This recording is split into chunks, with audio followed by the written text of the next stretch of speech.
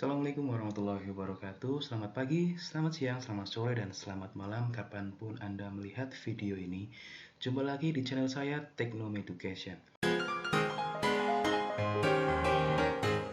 Saya akan berbagi sedikit tips mengenai bagaimana cara pengambilan video pembelajaran yang akan digunakan sebagai penilaian uji kinerja pada program PPG, khususnya yang luring.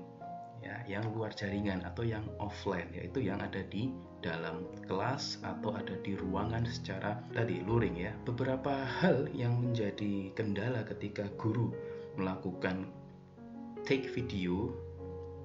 Yang pertama adalah kualitas gambar yang kurang bagus. Yang kedua, sudut pengambilan video yang monoton, yaitu searah.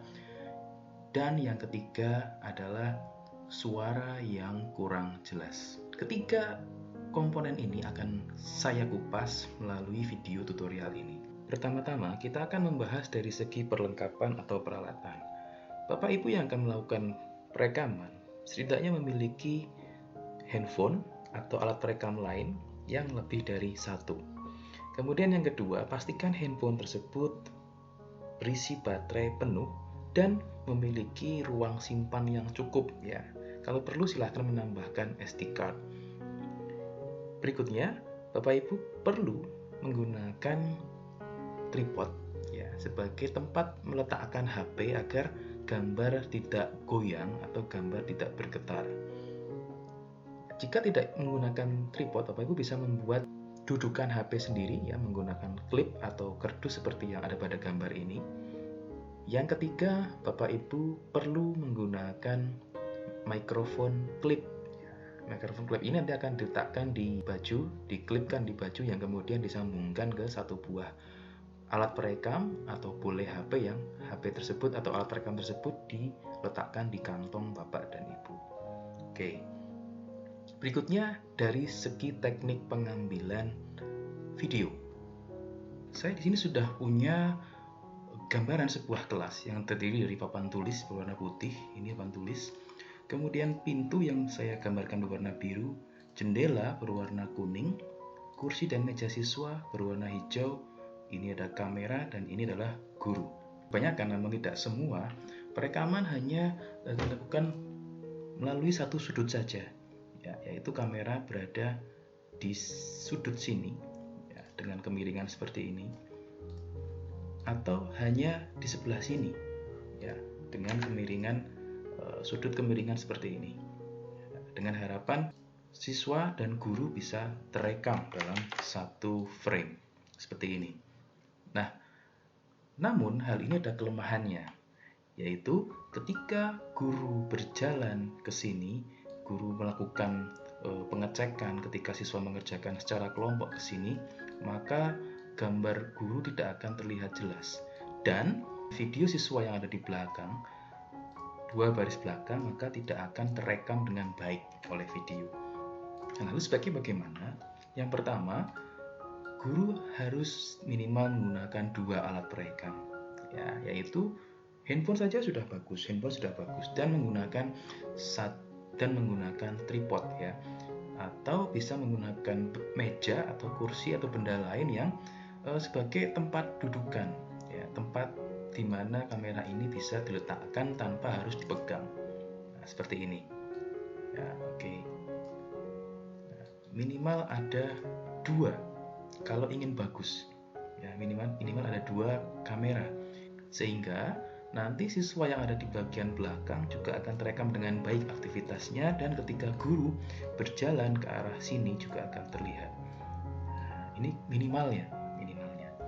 Akan lebih bagus lagi kalau menggunakan 3 buah kamera seperti ini ya, 3 buah kamera, 3 buah handphone.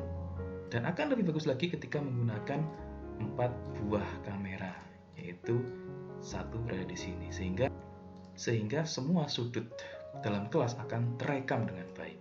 Nanti guru tinggal menggabungkan antara hasil kamera 1, kamera 2, dan kamera 3. Namun ini agaknya akan sedikit susah ya, karena guru harus memiliki 4 alat perekam. Ini yang ideal. Ini supaya sudutnya tidak monoton. Ada yang bisa dilihat dari sini di berbagai sudut 4. Namun tidak masalah ketika guru hanya menggunakan 2 seperti ini. Diusahakan letaknya yang satu di bagian belakang, yang satu di bagian depan. Jangan sampai menggunakan kamera 2 tapi letaknya di depan semua seperti ini. Nanti ketika guru sedang melakukan pengecekan ke belakang, maka tidak akan terlihat aktivitasnya. Atau justru malah di belakang semua. Di belakang semua malah kurang bagus ya. Belakang semua tidak bagus, maka aktivitas guru tidak akan terlihat dengan jelas ketika di depan. Guru harus paham, guru harus lebih sering bergerak kemana agar nanti terekam dengan baik. Misalkan karena ada 2 kamera di sini, ya di depan dan di belakang, maka guru akan harusnya lebih sering bergerak di daerah sini dan lebih sering bergerak di daerah sini ketimbang di daerah sini dan sini. Nah, oleh karena itu tipsnya, maka guru bisa menempatkan siswa yang berpotensi aktif di bagian sini, di depan ya. Jadi saya beri merah-merah ini ya. Saya ganti warna menjadi ungu ya. Ini posisi siswa yang berpotensi aktif. Artinya siswa akan terlihat bertanya, terlihat mengacungkan jari, terlihat antusias ya. Letakkan siswa-siswa tersebut di dekat dengan kamera. Jadi siswa yang mungkin kurang aktif, letakkan di tempat yang tidak terlihat dengan kamera dengan baik, daerah sini misalkan. Nah, daerah sini dan daerah sini.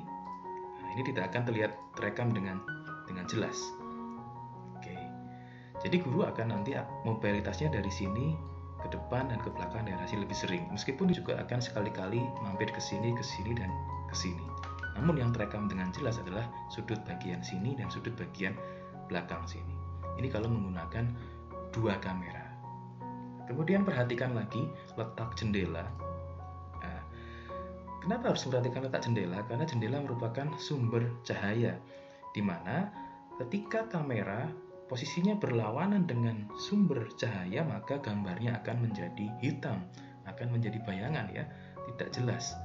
Nah, maka akan lebih baik jika kamera ini dipindah tidak berlawanan dengan cahaya, yaitu di sini. Nah, di sini maka posisinya adalah siswa yang aktif maka akan bergeser ke sini. Siswa yang aktif maka duduknya akan dipindah ke sini. Di sini adalah siswa yang kurang begitu aktif.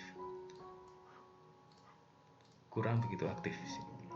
Sehingga guru akan lebih banyak mobile ya di daerah depan, daerah sini dan sini. Itu terkait dengan peletakan kamera. Lalu jika peletakan kamera sudah oke dengan 2 kamera, maka yang perlu diperhatikan guru adalah jangan sampai guru bergerak membelakangi kamera, yaitu di sini. Ya, jangan sampai terlalu sering di sini. Ya, alangkah baiknya jika guru di sini. Jangan terlalu sering di sini karena akan menutupi kamera. Jangan juga terlalu sering di sini karena akan menutupi kamera. Maka akan lebih baik ketika di tengah-tengah sini dan di tengah-tengah sini, di sini atau di sini. Ya, sehingga kamera tidak akan tertutupi oleh guru. Istilahnya guru harus paham blocking. Guru harus paham blocking. Kalau 3 kamera, nanti settingannya juga mengikuti. Misalkan di sini ada 3 kamera. Maka siswa yang aktif juga di sini harus ditempatkan di sini ya, supaya nanti kelihatan aktifnya. Dan seterusnya, kalau 4 kamera berarti nanti siswa yang aktif di sini juga harus ditempatkan sehingga akan terlihat dinamika pembelajaran yang aktif. Lalu bagaimana jika hanya 1 kamera saja? Jika hanya 1 kamera, maka diusahakan kamera itu posisinya ada di depan seperti ini ya. Jangan sampai berlawanan dengan sumber cahaya, yaitu jendela warna kuning ini. Nah, di sini guru bisa mengeksplor, memindahkan siswa yang aktif di daerah sini. Di daerah depan sini, tempatkan siswa-siswa yang aktif. Nah, penempatannya seperti ini. Oke, kalau menggunakan 1 kamera. Jadi itu Bapak Ibu terkait kualitas gambar dan sudut pengambilan gambar supaya tidak monoton. akan lebih bagus lagi ketika nanti guru menggunakan asisten yang bertugas memegang kamera.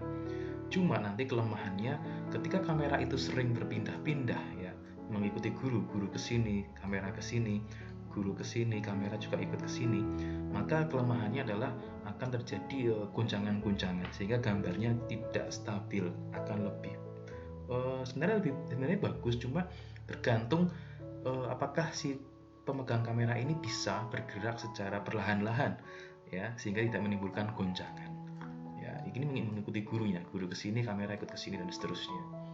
Nah, tapi syaratnya tadi pemegang kamera harus bisa menggunakan kamera dengan cukup baik sehingga tidak terjadi goncangan. Tapi jika ibu tidak yakin dengan kemampuan si pemegang kamera atau kameramen, ya sudah, letakkan saja kamera di satu tempat, lalu ibu yang bergerak, bapak ibu yang bergerak ya. Minimal 2 kamera supaya pergerakan bapak dan ibu terlihat di sini. Oke. Lalu yang terakhir, untuk mengatasi solusi suara yang kurang jernih, apalagi ketika bapak ibu menjauhi kamera ya, kamera di sini ya, bapak ibu bergerak ke sini, dan di sini bapak ibu ngobrol dengan siswa dan suara bapak ibu tidak terdengar di kamera karena kamera di sini dan di sini. Maka solusinya bapak ibu mengantongi alat perekam atau handphone juga yang dipasangkan dengan mikrofon klip ya, klip mikrofon. Itu bisa dibeli dengan harga sekitar 15.000 sampai 25.000-an lah, sehingga bapak ibu mobile kemana saja, bergerak kemana saja, suaranya akan tetap terekam. Nanti tinggal digabungkan dengan video yang dihasilkan dari kamera 1 dan kamera 2. Nah, itu kira-kira bapak ibu yang bisa dijadikan strategi supaya nanti hasil dari video pembelajaran secara luring bisa maksimal. Sekian dari saya, mudah-mudahan bermanfaat. Assalamualaikum warahmatullahi wabarakatuh.